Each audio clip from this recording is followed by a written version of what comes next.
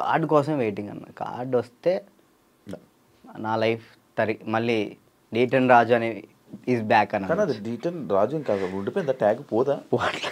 ఎంత ట్రై చేసినా పోవట్లే.